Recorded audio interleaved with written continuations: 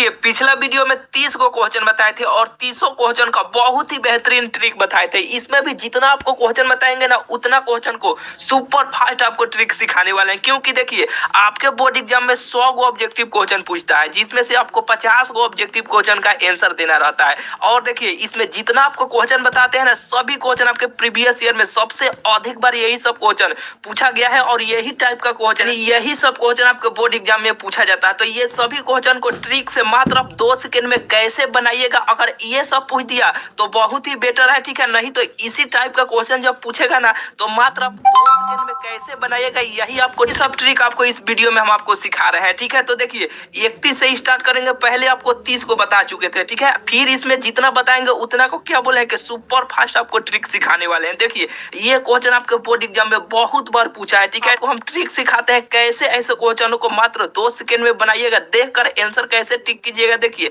जैसे कि 31 number question है कि रैखिक अवकल समीकरण, यहाँ पे कुछ भी मान दे, ठीक है। यानी dy बटा dx प्लस पी वाई बराबर समाकलन गुणांक कितना होगा, मान दे, उसे कोई दिक्कत नहीं है। Option A B C D 4 को दिया रहेगा। देखिए यहाँ पे देखिएगा हमेशा यहाँ पे ये जो p रहेगा ना, ये हमेशा उसके साथ आंसर में रहना चाहिए। और यहाँ पे देखिए x और y z 3 गो तल होता है, जो आप बहुत अच्छे तरीके से जानते हैं। अधिकांश आपके ऐसे जब सवाल देता है तो x और y दुइयों का यहाँ पे खेला रहता है, ठीक है। यहाँ पे y देगा और नहीं तो x देगा, क्या देगा, y देगा नहीं तो x देगा। अधिकांश आपका बोर्ड एग्जाम अगर y देगा तो x हो जाएगा, ठीक है। इसके आंसर में क्या देखिए ये इसके साथ में हमेशा जो रहेगा ये हमेशा रहेगा आंसर में, देखिएगा, ठीक है। और यहाँ पे ये y रहेगा तो उसके साथ में x हो जाएगा, क्या हो जाएगा, उसके साथ में x हो जाएगा। तो देखिए ऑप्शन देखते हैं, देखिए यहाँ पे क्या बोले, उसके साथ में हमेशा p होना चाहिए, ठीक है। यहाँ पे जो भी मान रहेगा उसके साथ में होना चाहिए, ठीक है। और लेकिन देखिए यहाँ पे y है तो यहाँ पे y होगा, कि यहाँ पे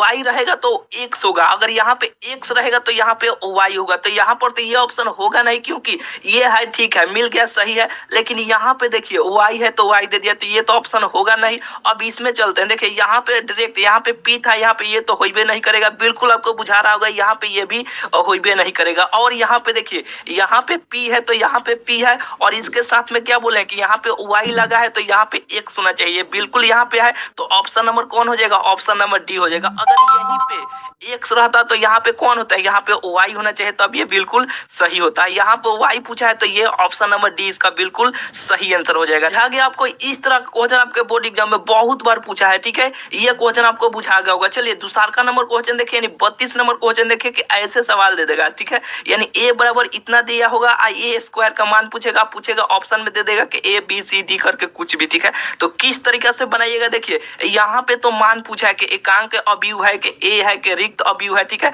यहाँ पे तीनों को, यहाँ पे डी में आप नॉन ऑफ दीज लिख सकते हैं, नॉन के मतलब कि इसमें से कोई नहीं, ठीक है। देखिए ऐसे जब भी सवाल देना तो आपको क्या ट्रिक सिखाएं कि अगर मैट्रिक का मान इस तरीके से अगर मान निकालने के लिए पूछे तो ऐसे आपको 3 गो जीरो अगर एक साथ ऐसे 3 कोना पर बन जाता है तो उसको तिरछा तिरछी इस तरीके से गुना कर लिया जाता है, ठीक है। यहाँ पर देखिए ऐसे तिरछा तिरछी यहाँ पे इस तरह बन रहा है, अगर इस तरीके से बनेगा, केवल मान पूछेगा, इतना ये बराबर दे देगा, पूछेगा कि मान ज्ञात करे तो करना क्या, ये नहीं कि ऐसे एक को धरे ऐसे ऐसे काट के बनाने लगे, नहीं, ठीक है। करना क्या है कि तिरछा तिरछी ऐसे 3 गो जीरो एक साथ ऐसे 3 कोना पर भेटा गए, ठीक है। तो उसको सीधा ये विकर्ण है ना, इसको तिरछा तिरछी गुना कर लीजिएगा, वही इसका आंसर हो जाएगा। लेकिन नहीं, इसमें क्या पूछा है, इस तरीका से दिया है और a स्क्वायर का मान पूछा है, तो किस तरीके से बनाइएगा। देखिए यहाँ पे 3 गो जीरो भेटा गया, ठीक है। तो हम तिरछा तिरछी ही गुना करेंगे, तो 1 में 1 से गुना कीजिएगा तो 1 होगा, और -1 में गुना कीजिएगा तो -1 हो जाएगा, ठीक है। कितना हो जाएगा, -1 हो जाएगा। और ऑप्शन से अब चलिएगा, -1 आया तो एकांक, यानी 1 आया तो एकांक हो जाएगा कि नहीं, a आया तो a, देखिए a बराबर a, तो ये तो होइबे नहीं का रिक्त अवयव, तो रिक्त अवयव यानी पूरा खाली खाली 0 0 जैसे हो जाता है ना, उसको रिक्त अवयव कहते हैं, यही ना कहते हैं। लेकिन एक आ गया, क्या आ गया, एक आ गया, तो एक के लिए एकांक अवयव हो जाएगा, क्या हो जाएगा, एकांक अवयव हो जाएगा। अगर ऑप्शन में इस तरीके से देगा तो अगर यदि a बराबर यानी इफ है, देखिए इंग्लिश वाले भी स्टूडेंट है, ठीक है, बोलते हैं कि कुछ इंग्लिश का भी प्रयोग कीजिए, बिल्कुल करेंगे भाई। यदि देखिए यदि का मतलब होता है इफ a बराबर इतना दिया है तो मान इसका वैल्यू इसका ही करना है, ठीक है। तो इसको तिरछा तिरछी आपको गुना कर देना है 3 जगह पे आपको, यानी 3 कोना पर आपको ऐसे जीरो भेटा देना चाहिए, ठीक है। ठीक है। अगर भेटा गया तो उसे तिरछा तिरछे गुना कर लीजिएगा, वही इसका आंसर हो जाएगा। जो पिछले वीडियो में ऐसा आपको सवाल को उदाहरण देकर यानी आपको ट्रिक आपको सिखा दिया, ठीक है। पहले का वीडियो नहीं देखे तो जरूर देख लीजिएगा, इस वीडियो के डिस्क्रिप्शन में भी उसका हम लिंक दे देंगे, ठीक है।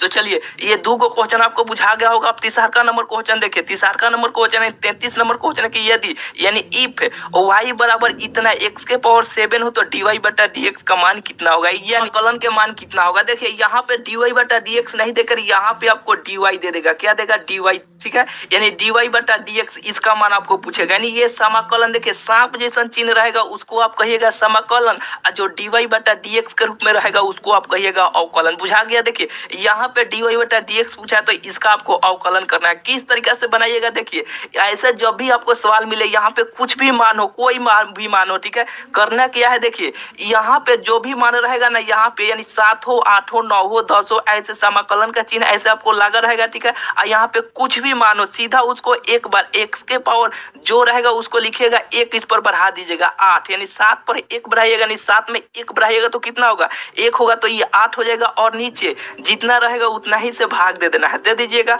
और यहाँ पे प्लस में एक c जोड़िए या k जोड़िए, कांस्टेंट जोड़ दीजिएगा, वही इसका आंसर हो जाएगा। बुझाया कि नहीं, बिल्कुल आपको बुझा गया होगा। क्या करना है कि अगर इस तरीके से जब मान दे दे, ठीक है, x के पावर 7 हो, 6 हो, से कुछ भी मान हो, ठीक है, 10 हो, 12 हो, 13 हो, कुछ भी हो, उसमें 1 बढ़ा देना है और जितना ऊपर लिखेगा उतना ही से नीचे भाग दे दीजिएगा।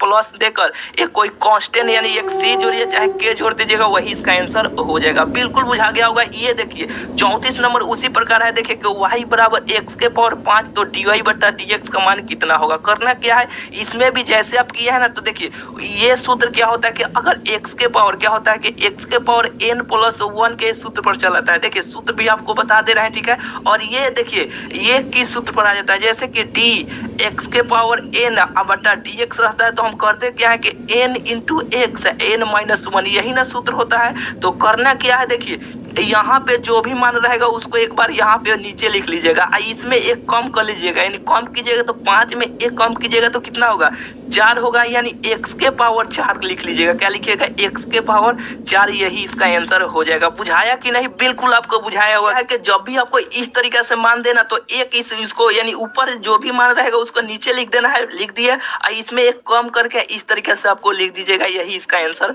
हो जाएगा। बिल्कुल बुझा गया होगा। चलिए 34 हो गया। 35 नंबर क्वेश्चन देखिए, बहुत इंपॉर्टेंट क्वेश्चन है कि बिंदु इतना इतना के स्थिति सदिश कितना होगा। देखिए करना क्या है कि इस सभी में आई से, देखिए जैसे कि 3 गो वेक्टर हो, जैसे कि आई होता है, जे होता है, के, यानी आई वेक्टर, जे वेक्टर, के वेक्टर, 3 गो। जब भी हम वेक्टर इनका सवाल यानी सदिश का सवाल बनाते हैं तो आई, जे, के से 3 गो से गुना कर देते हैं, ठीक है। तो बिंदु इतना इतना सदिश दिया है तो इस सभी में आई, जे, के, यानी इसका मान आई हुआ, इसको में जे, इसमें के से गुना कर दीजिएगा, वही इसका आंसर हो जाएगा। ये भी क्वेश्चन आपके बोर्ड एग्जाम में बहुत बार पूछा है। अब बहुत सारे स्टूडेंट गलती कर देंगे, क्या कि बिंदु दिया ये क्या है, इसका स्क्वायर फिर स्क्वायर इस तरीके से निकालने लगेंगे, लेकिन नहीं, आई जे के से गुना कर देना है, यानी 3 आई वेक्टर जे, ठीक है। एक हो गया। यहाँ पे देखिए ये इंटू है तो इंटू 5, यहाँ पे देखिए आपके ऑप्शन में गुना में भी रहेगा, आपको ध्यान देना कि इंटू में है तो इंटू में ही होगा, इसका आंसर कितना में होगा, इंटू में ही होगा, ठीक है। इंटू हो गया 6 के वेक्टर, यही इसका आंसर हो जाएगा, ठीक है।